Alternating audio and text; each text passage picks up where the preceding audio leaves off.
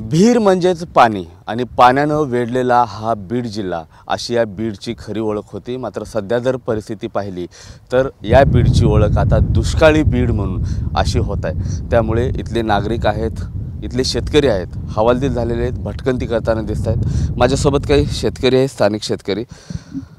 एवढ्या दिवसात कधी दुष्काळ पाहिला होता?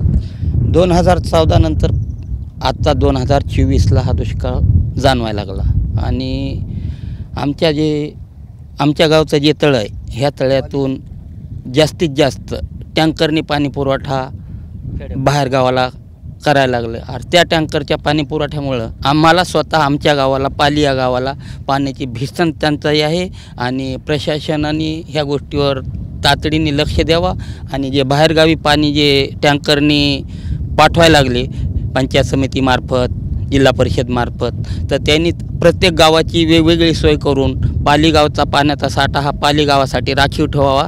का की दुष्काळाची परिस्थिती बिकट आहे, शेतकरी हवालदिल झालेला आहे पाऊस नसल्यामुळं। आणि जर भविष्यात पाऊस नाही पडला तर हे पाणी संपल्यानंतर आम्हाला पाण्याची खूप मोठी अडचण येणार आहे। ह्यासाठी शासनाने ह्या गोष्टीकडे जास्तीत जास्त लक्ष द्यावं। ओएसिस फर्टिलिटीच्या तज्ञांनी IVF उपचार पद्धतीद्वारे 1 लाखांहून अधिक जोडप्यांना मातृत्व प्राप्तीचा आनंद दिला आहे। मोफत अपॉइंटमेंट बुक करण्यासाठी आजच संपर्क साधा। मात्र धरण तुमचं आहे, पाणी तुमचं आहे, मग तुम्हाला का टंचाई भासते? आम्हाला टंचाई म्हणजे हे खेडेपाड्यालाच इथूनच पाणी पुरवठा होतो। खेड्यापाड्याला पाणी टँकरनी जाते, त्याच्यामुळं प्रशासनाने ह्याच्यावर लक्ष द्यावं। निवडणूक झाली आता, सगळ्यात मोठी चर्चा निवडणुकीची या बीड जिल्ह्याची देशात होती। आता दुष्काळ आहे, मग कसं प्रश्न तोडगा कसं काढताय आता? आम्ही शेतीसाठी बिय आणलंय, सगळं झालंय, पाऊस पडा नाही, काय होईना आहे ते पाणी पण चाललंय, पाण्याची खूप अडचण आहे आम्हाला। हां, आणखी आता कसं करताय मग? प्रशासनाने आता काय करणार आम्ही? शेवटी हे पाणी संपल्यानंतर सरकारलाच मागणी मागणार ना काहीतरी आम्ही करून। सरकारने आमच्याकडे लक्ष द्यावं ही विनंती आमची। आता काय मागणी असेल पाण्यासंदर्भात असेल? आता खरीपाचा हंगाम तोंडावरती आहे, बियाणे आणून ठेवले।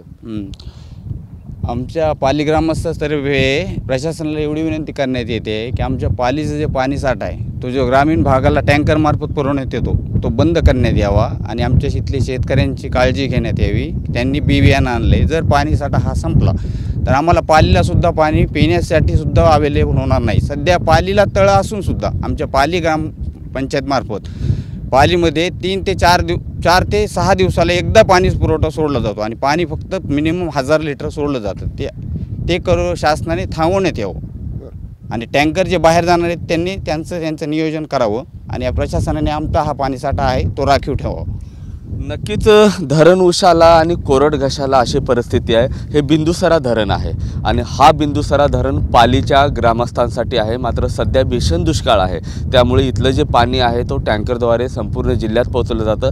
मात्र पालीकरांना याच्या पाण्याचा लाभ होत नाही, त्यामुळे आता हे टँकर जे आहेत ते थांबवावे आणि पालींच्या लोकांसाठी हे जे तळं आहे ते राखीव ठेवावं अशी मागणी, अशी आर्त जी हाक आहे ती इथली शेतकरी करताना पाहायला मिळतात। कॅमेरा पर्सन हर्षल निकमसह मी महेंद्र कुमार मुधोळकर, TV9 मराठी, बीड।